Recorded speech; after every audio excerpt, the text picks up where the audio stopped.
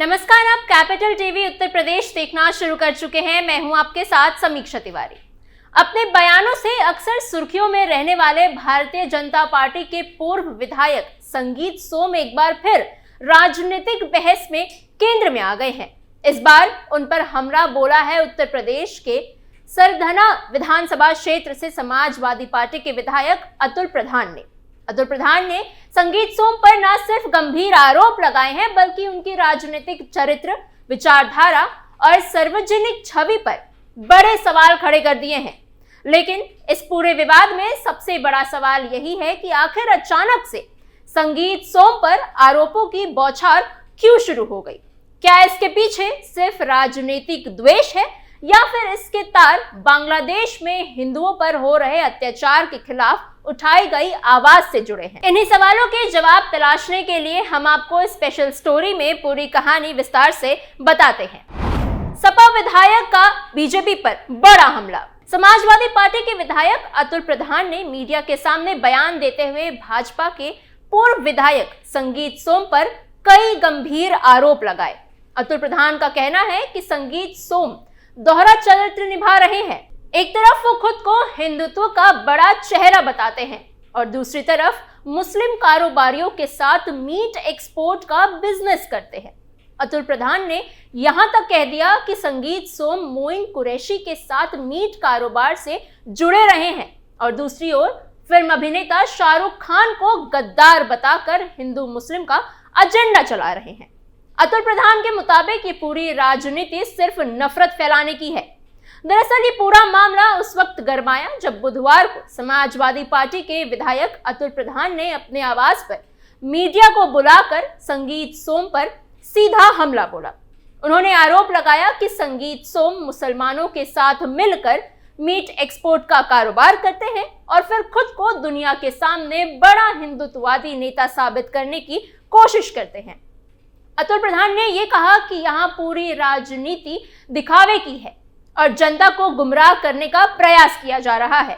उन्होंने ये भी कहा कि जो लोग खुद मीट कारोबार से जुड़े रहे हैं, उन्हें किसी और पर उंगली उठाने का कोई नैतिक अधिकार नहीं है।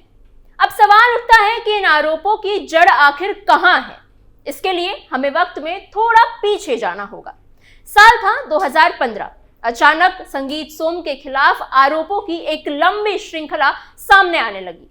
आरोप लगाए गए कि साल 2005 से 2008 के बीच संगीत सोम एक मीट एक्सपोर्ट कंपनी से जुड़े हुए थे। इन आरोपों के सामने आने के बाद उत्तर प्रदेश की राजनीति में हलचल सी मच गई। विपक्ष ने इसे बड़ा मुद्दा बनाया और संगीत सोम की छवि पर सवाल खड़े किए जाने लगे।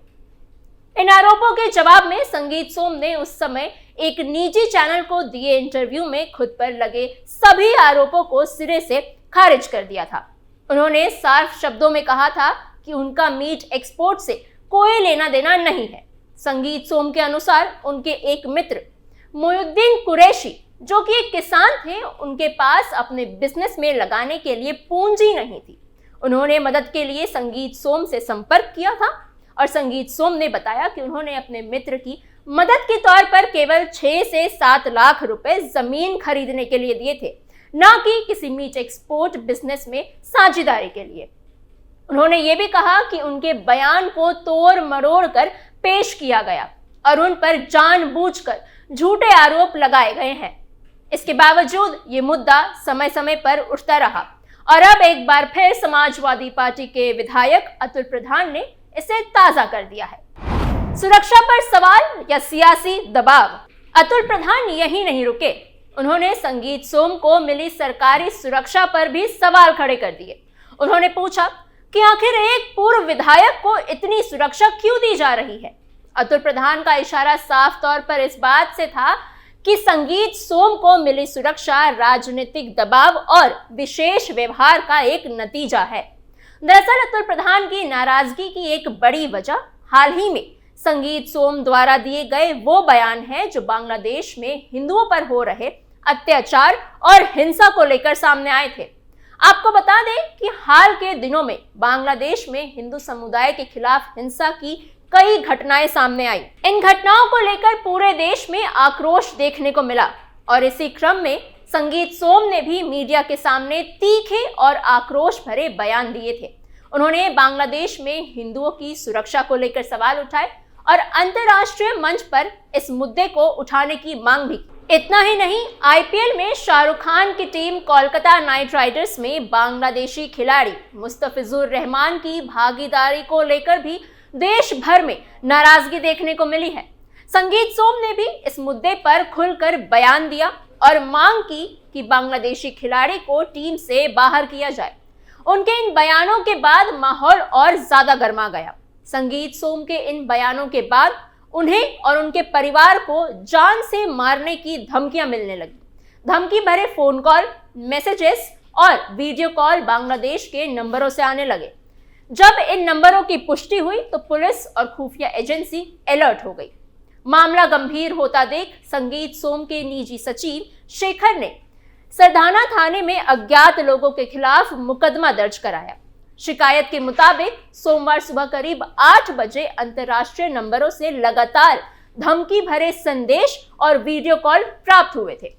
इन धमकियों के बावजूद संगीत सोम अपने बयान पर कायम रहे। उन्होंने कहा कि सनातन धर्म और देश हित के लिए वो आगे भी इसी तरह से आवाज उठाते रहेंगे। उनका कहना था कि धमकियों से डरकर वो चुप नहीं बैठने वाले। उन्होंने साफ किया कि हिंदुओं के खिलाफ हो रहे अत्याचार के मुद्दे पर वो किसी भी कीमत पर चुप नहीं रहेंगे। संगीत सोम ने आईपीएल और कोलकाता नाइट राइडर्स के मुद्दे पर भी अपनी बात रखी। उन्होंने दावा किया कि बीसीसीआई ने बांग्लादेशी खिलाड़ी मुस्तफिजुर रहमान को टीम से बाहर करने का फैसला लिया और इसे उन्होंने सनातनियों की जीत बताया। संगीत सोम के इस बयान ने राजनीतिक हलकों में एक नई बहस छेड़ दी।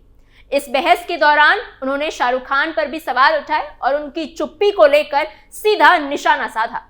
यह पहली बार नहीं था जब संगीत सोम पर हमला हुआ हो या फिर उनको धमकियां मिली हो। साल 2018 उस वक्त भी उन पर जानलेवा हमला हुआ था। बताया जाता है कि जब वो अपने घर पहुंचे ही थे, उसी दौरान उनके घर पर ग्रेनेड फेंके गए और लगातार 4 राउंड गोलियां चलाई गई थी।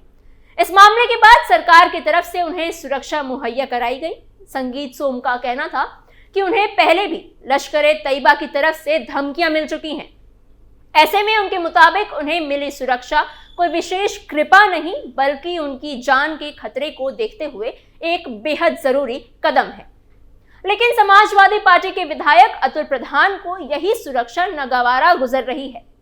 उनका आरोप है कि एक तरफ प्रदेश में आम लोगों को सुरक्षा नहीं मिल पा रही और दूसरी तरफ एक पूर्व विधायक को भारी सुरक्षा दी जा रही है। इसी मुद्दे को लेकर दोनों नेताओं के बीच बयानबाजी की जंग तेज हो गई। बांग्लादेश मुद्दे पर विपक्ष की चुप्पी सवालों के घेरे में। ध्यान देने वाली बात यह है कि बांग्लादेश में हिंदुओं पर हुए अत्याचार और हिंसा को लेकर ना तो अतुल प्रधान ने और ना ही समाजवादी पार्टी की तरफ से कोई ठोस बयान सामने आया। इस मुद्दे पर उनकी चुप्पी कई सवाल खड़े करती है। वहीं जब कोई नेता बांग्लादेश के हिंदुओं के समर्थन में आवाज उठाता है तो उस पर आरोपों की बौछार शुरू हो जाती है।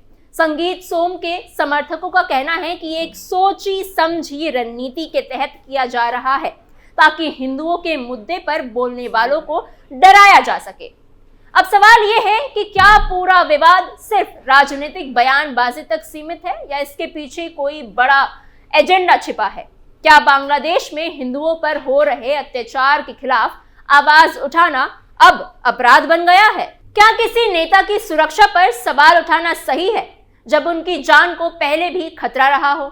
और सबसे बड़ा सवाल ये है कि क्या धर्म और राष्ट्र के मुद्दों पर बोलने वाले को इसी तरह निशाना बनाया जाता रहेगा?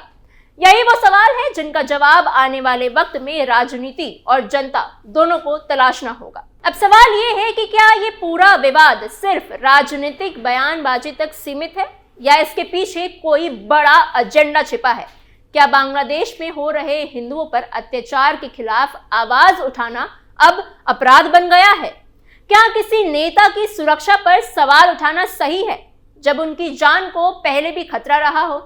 और सबसे बड़ा सवाल यह है कि क्या धर्म और राष्ट्र के मुद्दे पर बोलने वालों को इसी तरह निशाना बनाया जाता रहेगा?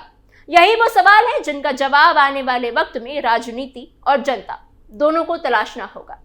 आगे और अपडेट्स के लिए बने रहिए कैपिटल टीवी उत्तर प्रदेश के साथ।